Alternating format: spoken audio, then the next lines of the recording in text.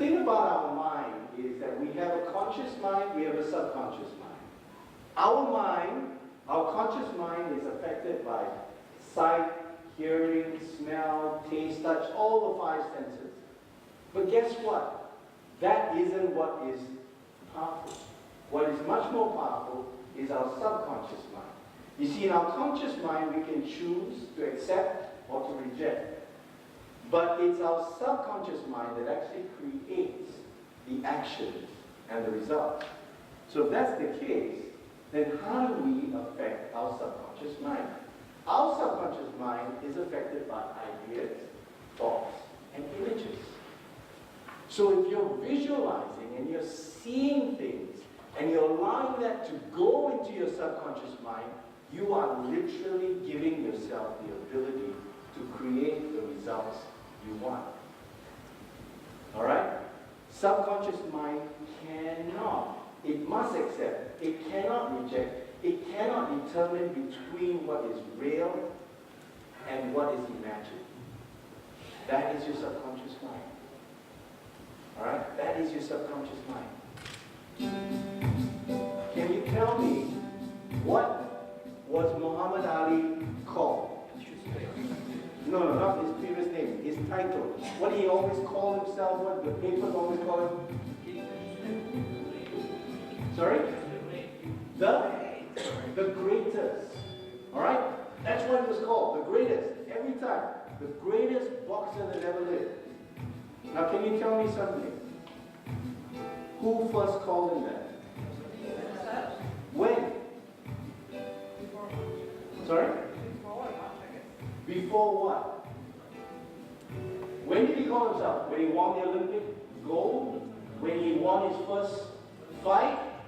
When did he call himself that?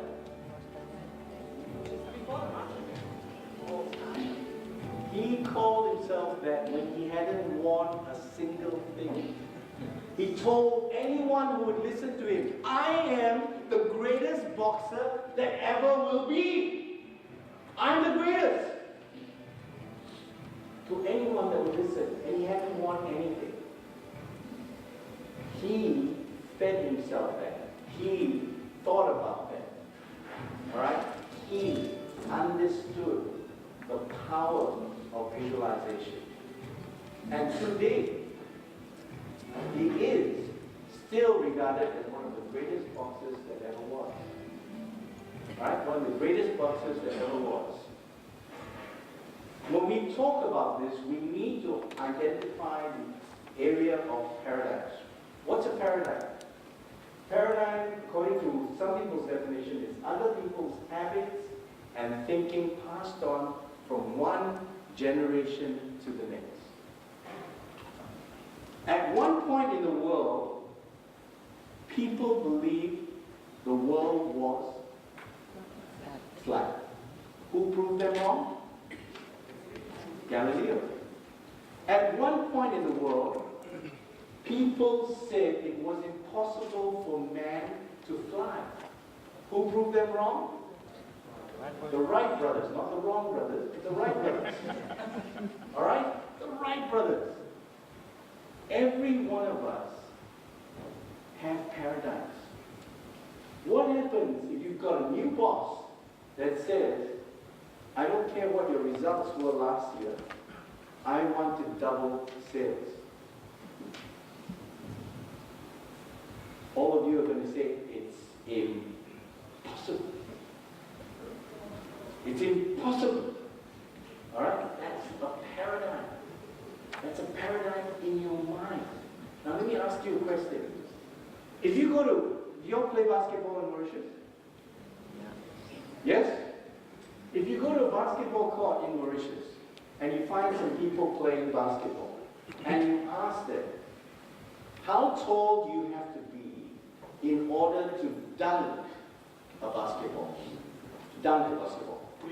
Literally jump up to the net and dunk it in the net. How tall do you have to be? What would be the answer? 6 feet? 6 feet plus? Agreed? Right?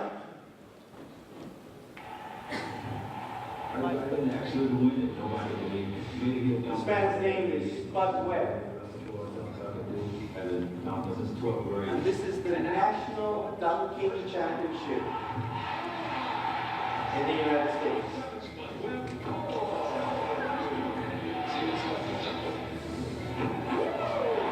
The clear crowd favorite was took everyone by surprise, including his teammate and defending champion Dominic Wilkins. Dominic Wilkins is 6 foot 11 inches.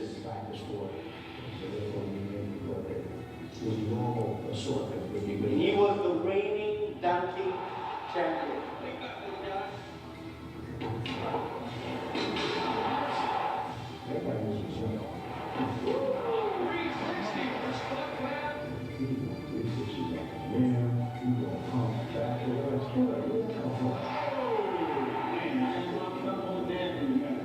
And with a slam dunk title on the line, Spud saved his best for last.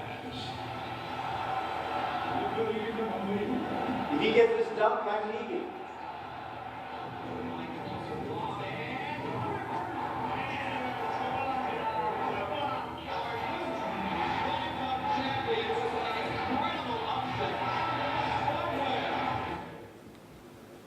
How tall is Spud?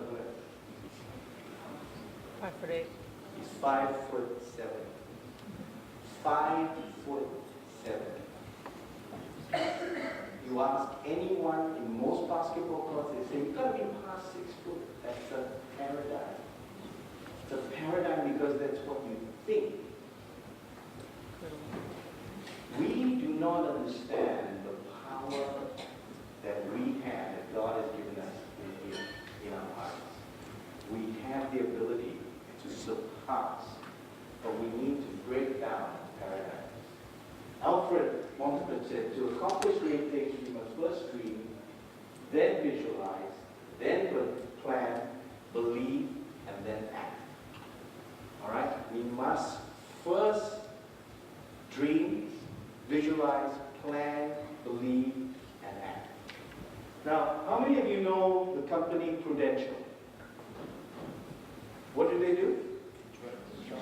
Very good. They're the people that when they call you at home, you say you're not in? Very good. Now, many years ago in Singapore, I ran a small company, okay? And I had 2 partners, Janet and Digby. And we brought in a UK partner that bought into our company and bought 51% of our company.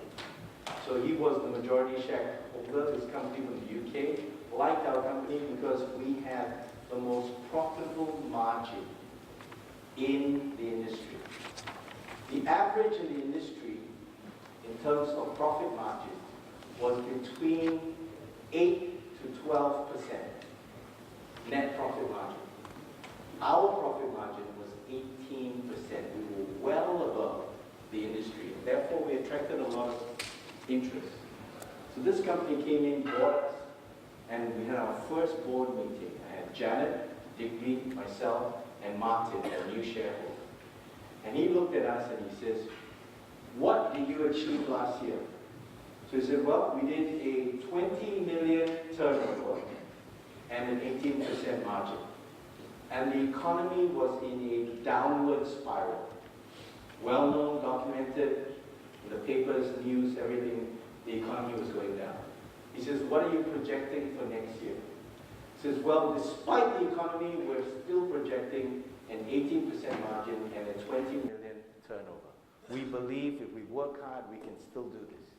Martin looks at us and says, I'm sorry, that's not acceptable. I've just paid a lot of money, I've come in, I don't expect that. I expect you to hit a 22 million turnover